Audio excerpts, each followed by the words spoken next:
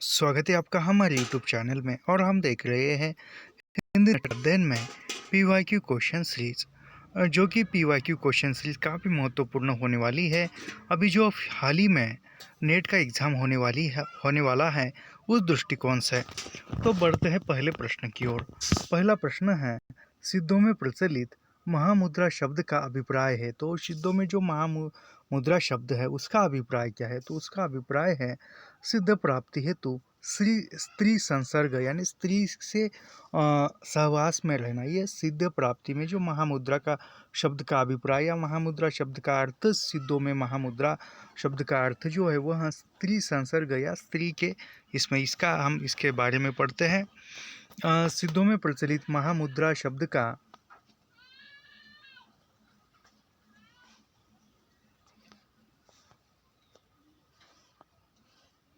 सिद्धों में जो प्रचलित महामुद्रा शब्द है उसका अभिप्राय है सिद्धि प्राप्ति हेतु स्त्री संसर्ग यानी सिद्धि प्राप्त करने के लिए स्त्री के सहवास में रहना। सिद्ध के हिंदी के सिद्धों का संबंध बौद्ध धर्म की व्रजयान शाखा से, यानी सिद्धों का सिद्ध धर्म जो था, सिद्ध जो थे वह बौद्ध धर्म के व्रजयान शाखा से संबंधित थे, जिसमें महामुद्रा को व्याख्यायित करते हुए कहा गया है कि तांत्रिक उपासना में सिद्ध योगिनी वह है जिसे साधक अपनी सहचरणी बनाकर साधना करता है। इस साधना पद्धति को महामुद्रा कहा जाता है। सिद्ध साहित्य के प्रथम कवि यानी सिद्ध साहित्य के प्रथम कवि जो हिंदी के भी प्रथम कवि माने जाते हैं वह है सरप्पा, यानी सिद्ध साहित्य के प्रथम कवि सरप्पा है और हिंदी साहित्य के भी प्रथम कवि जो है वह भी सरप्पा है। और सरप्पा का जो ग्रंथ है वह है दोहा कोश में सिद्धि हेतु चार यानी सिद्ध प्राप्ति हेतु 4 मुद्राएं बताई है। वह 4 मुद्राएं हैं कर्म मुद्रा, धर्म मुद्रा, ज्ञान मुद्रा और महामुद्रा। अगला प्रश्न देखते हैं, जैसे कि श्रृंगार में मानसिक पक्ष प्रधान है, शारीरिक पक्ष गौण। यह कथन जो है रामचंद्र शुक्ल का यह कथन है। अगला प्रश्न देते हैं, इसमें कोई संदेह नहीं कि कबीर को राम नाम रामानंद जी से प्राप्त हुआ, पर आगे चलकर कबीर के रामानंद के राम से भिन्न है, यानी जो कबीर के जो राम थे वह रामानंद के राम से भिन्न थे। यह भी कथन रामचंद्र शुक्ल का है। अगला प्रश्न देखते हैं, यहाँ पर कबीर के बारे में थोड़ा सा पढ़ते हैं।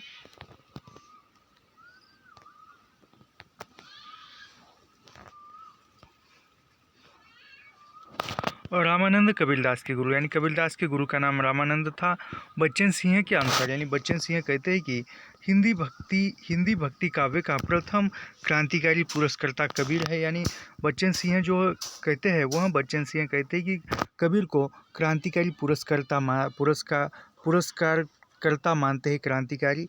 कबीर की वाणी का संग्रह उनके शिष्य, यानी कबीर की वाणी का संग्रह जो है उनके शिष्य धर्मदास ने बीजक नाम से 1464 में यह इसका संकलन किया है। इसमें रैमनी, सबद और साखी 3 भागों में विभक्त है। हजारी प्रसाद द्विवेदी ने कबीर को वाणी का डायरेक्टर कहा है। रामचंद्र शुक्ल ने कबीर की भाषा को सद्दुकड़ी कहा है तथा श्याम सुंदर दास ने कबीर की भाषा को पंचमेल खिचड़ी कहा है। फिर से पढ़ता हूँ, हजारी प्रसाद द्विवेदी ने कबीर को वाणी का डायरेक्टर कहा है। रामचंद्र शुक्ल ने कबीर की भाषा को सद्दुकड़ी कहा है और श्याम सुंदर दास ने पंचमेल खिचड़ी कबीर की भाषा को कहा है।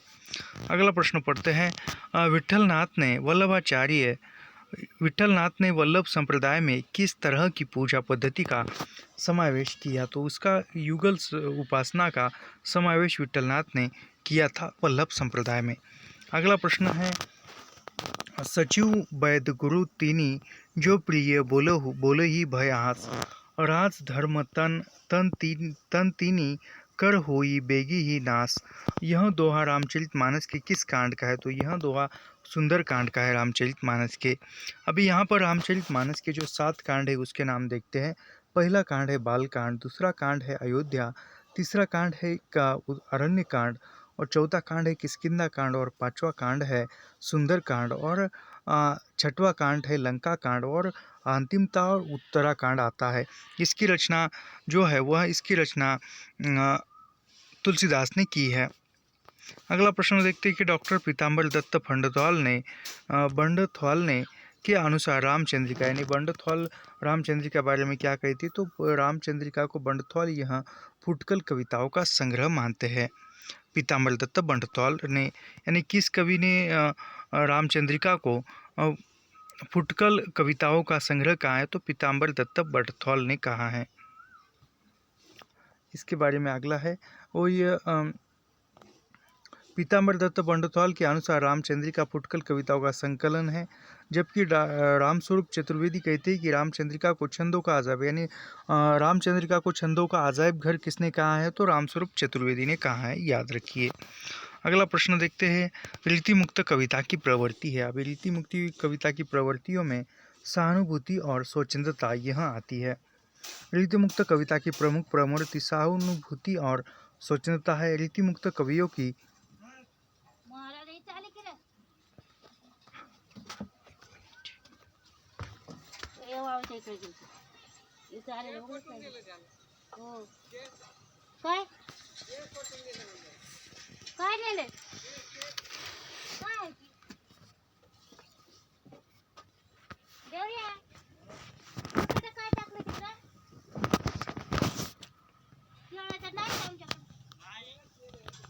रीतिमुक्त कविता की प्रमुख प्रवृत्ति, तो रीतिमुक्त कविता की प्रमुख प्रवृत्ति सहानुभूति और स्वच्छंदता है। अभी रीतिमुक्त कविता की सहानुभूति और स्वच्छंदता यह प्रवृत्ति है। रीतिमुक्त कविताओं की अन्य प्रवृत्तियाँ, अभी रीतिमुक्त कविताओं की अन्य प्रवृत्तियों में अनुभूति पक्ष प्रधान है। स्थूल एवं मांसल सौंदर्य की उपेक्षा,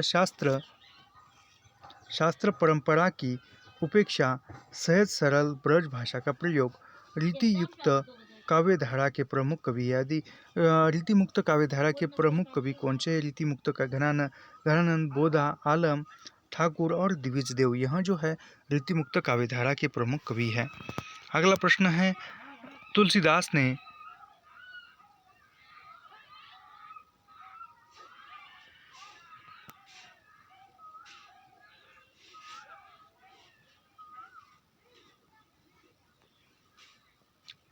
ने रामचरितमानस के किस कांड में कलयुग का वर्णन किया है, तो यह उत्तर कांड में किया है। तुलसीदास ने कलयुग का चित्रण रामचरितमानस के उत्तर कांड में किया हुआ है। तुलसीदास ने रामचरित उत्तर कांड में किया हुआ है और रामचरितमानस में कुल 7 कांड है। उसका पहला कांड बाल कांड, दूसरा अयोध्या, तीसरा अरण्य कांड, चौथा किष्किंधा कांड, पांचवा सुंदर कांड, लंका कांड, उत्तर कांड। यह रामचरितमानस यह अवधी भाषा में रचित दोहा चौपाई छंद में रचित प्रबंध काव्य है। अगला प्रश्न देखते हैं कि सीखी सिखाई न मानती है, बरही बस संग सखिन के आवे, खेलत खेल नए जल में बिना काम वृथा कत जाम बितावे, छोड़ी के साथ सहेलीन को रही के कही कौन सवादही पावे। इस सवया में नायिका की सखी का कौन सा भाव युक्त हुआ है, यानी नायिका की सखी का यहाँ पर उपलाम्ब भाव दिखाई देता है। देखते हैं कि रीतिकाल के प्रमुख कवि प्रताप नारायण मिश्र कृत व्यंग्यार्थ कौमुदी से यह पंक्ति थी, जो 1882 में प्रकाशित हुई थी। इस सवयों में नायिका की सखी उपलाम्भ उल्लाहना का भाव व्यक्त कर रही है। शेष तीनों विकल्प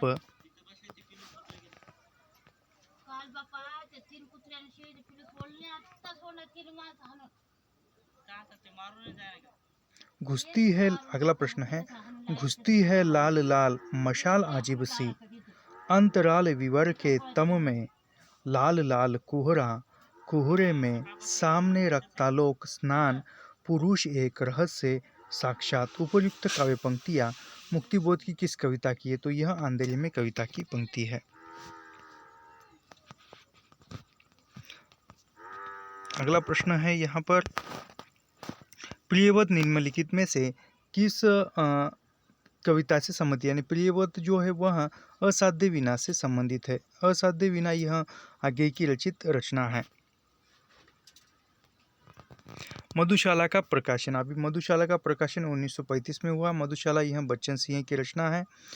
मधुशाला का प्रकाशन 1935, 1936 में मधुबाला, 1937 में मधुकलश प्रकाशित हुई है। यह तीनों ग्रंथों को हलावत का और धर्म ग्रंथ माने। हलावत के धर्म ग्रंथ कौन से माने जाते हैं? तो हलावत के धर्म ग्रंथ जो है वह है मधुशाला, मधुकलश, मधुबाला। यह तीन ग्रंथ जो है वह हलावत के धर्म ग्रंथ है। और मधुशाला का प्रकाशन 1935, मधुबाला का प्रकाशन 1936 और मधुकलश का प्रकाशन 1937। यह जो है यह रचनाएं हरिवंश राय बच्चन की है। अगला प्रश्न देखते हैं। भारतेंदु ने जिस प्रकार हिंदी गद्य की भाषा का बहिष्कार किया, उसी प्रकार काव्य की ब्रज भाषा का भी इसके लेखक यानी यह जो कथन है यह रामचंद्र शुक्ल का कथन है।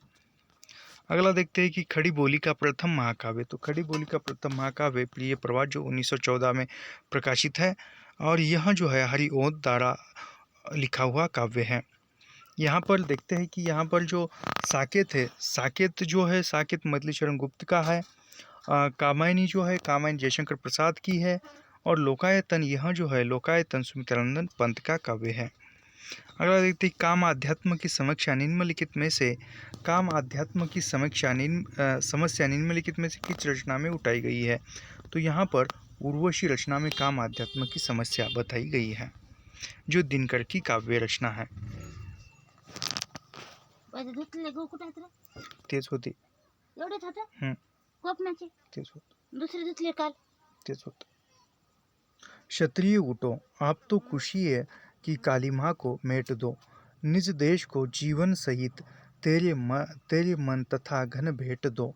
वेशो सुनो व्यापार सारा मिट चुका है, देश का सब धन विदेश हर रहे हैं, या पार है क्या क्लेश का।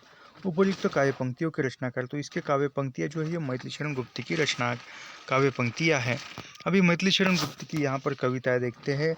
रंग में भंग, विकट भट्ट, जयद्रथवध, किसान की झंकार, किसान झंकार, द्वापर आदि यह अन्य रचनाएं हैं तथा राष्ट्र कवि के पद पर आसीन यानी उसमें मैथिलीशरण गुप्त को राष्ट्र कवि कहा जाता है। अगला प्रश्न है पिया भयो जिए धीर धरे नहीं, कैसे रहे जल जाल के बांधे। उपयुक्त काव्य पंक्तियों में स्त्री की किस मनस्थिति का चित्रण संकेत किया है? तो यहाँ पर दुखातिरेक का संकेत हुआ है। अगला प्रश्न है स्नेह निर्जर बह गया है, रेत ज्यों तन रह गया है। उपयुक्त गीत किस कवि का है? तो यह गीत जो है सूर्यकांत त्रिपाठी निराला का है। स्नेह निर्जर बह गया। अब यहाँ पर सूर्यकांत त्रिपाठी निराला की रचनाएं देखते हैं। काव्य रचनाएं काव्य संकलन अनिमा काव्य संग्रह में संकलित है। अनामिका परिमल यानी अनिमा काव्य संग्रह में संकलित कविताएं हैं। अनामिका, परिमल, गीतिका, कुकुरमुत्ता जो 1942 में प्रकाशित है। बेला, नए पत्ते, अर्चना, आराधना, गीत गुंज, सांदे काकली, आपरा, बादल राग यह जो है प्रसिद्ध कविताएं हैं सूर्यकांत त्रिपाठी निराला की।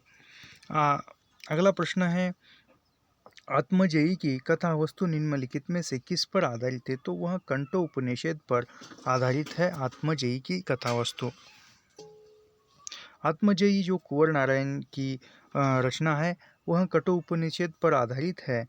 ये रचनाकार कुंवर नारायण है। इसमें नचिकेता यानी को जो आत्मजयी रचना में नचिकेता प्रसंग का वर्णन किया हुआ है। चक्रव्यूह परिवेश हम तुम यह कुंवर नारायण की अन्य रचना देखते हैं कि चक्रव्यूह परिवेश हम तुम अपने सामने कोई दूसरा नहीं। यह तीनों जो है कुंवर नारायण के प्रसिद्ध रचनाएं हैं। अगला प्रश्न देखते हैं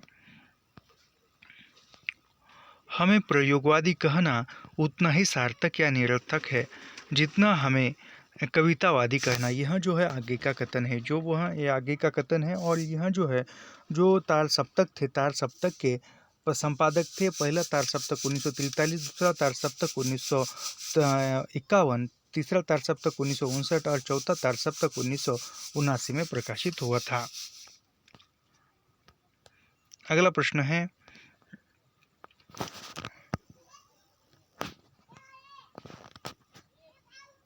आधुनिक नारी अब अपनी पूरी गरिमा, देह संपदा और वास्तविक सम्मान के साथ आई है।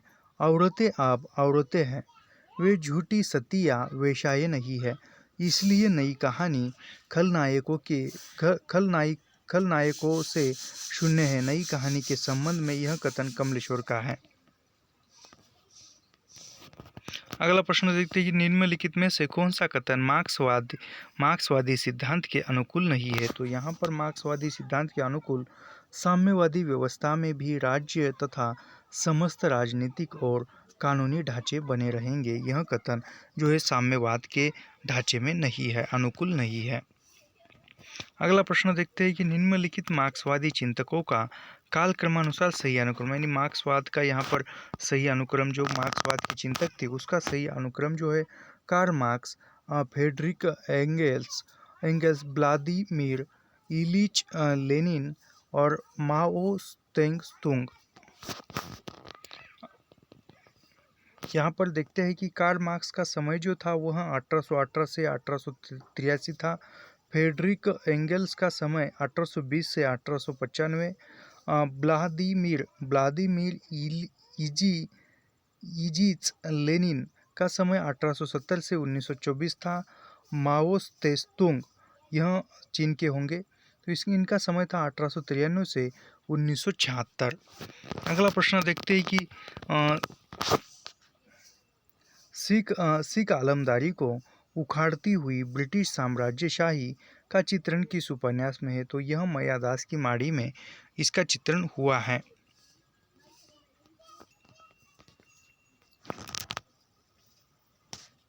मयादास की माड़ी यह भीष्म साहनी का उपन्यास है। और इसके अन्य उपन्यास देखते कि झरोखे, तमस जो 19 हमारे पाठ्यक्रम में भी है, बसंती, कुंतो, नीलू, नीलिमा, नीलोफर, यह भीष्म साहनी के उपन्यास है। अगला प्रश्न पढ़ते हैं कि फणीश्वरनाथ रेणु के किस उपन्यास में पूर्वी पाकिस्तान से विस्थापित होकर बिहार के पूर्णिया जिले में आए हिंदू शरणार्थियों की दारुण कथा का चित्रण है। तो इसमें जुलूस उपन्यास में है। अगला प्रश्न देखते हैं कि सुनी घाटी का सूरज उपन्यास के लेखक है। तो सुनी घाटी का सूरज यह श्रीलाल शुक्ल का उपन्यास है जो 1957 में प्रकाशित है। इस श्रीलाल शुक्ल के अन्य उपन्यास भी यहाँ पर देखते हैं। राग दरबारी 1968, यहाँ से वहाँ 1969, आनंद का पाँव 1958, आदमी का जहर 1972, सीमाएं टूटती है 1973, विश्रामपुर का संत 1998। अगला प्रश्न देखते हैं, काम और राम का द्वंद्व किस उपन्यास में चित्रित है। तो यह मानस का हंस जो 1972 में प्रकाशित है और यह अमृतलाल नागर का उपन्यास है। इसमें तुलसीदास का जीवन चरित्र वर्णित है। यानी चित्रलेखा जो उपन्यास है वो भगत चरण वर्मा का है।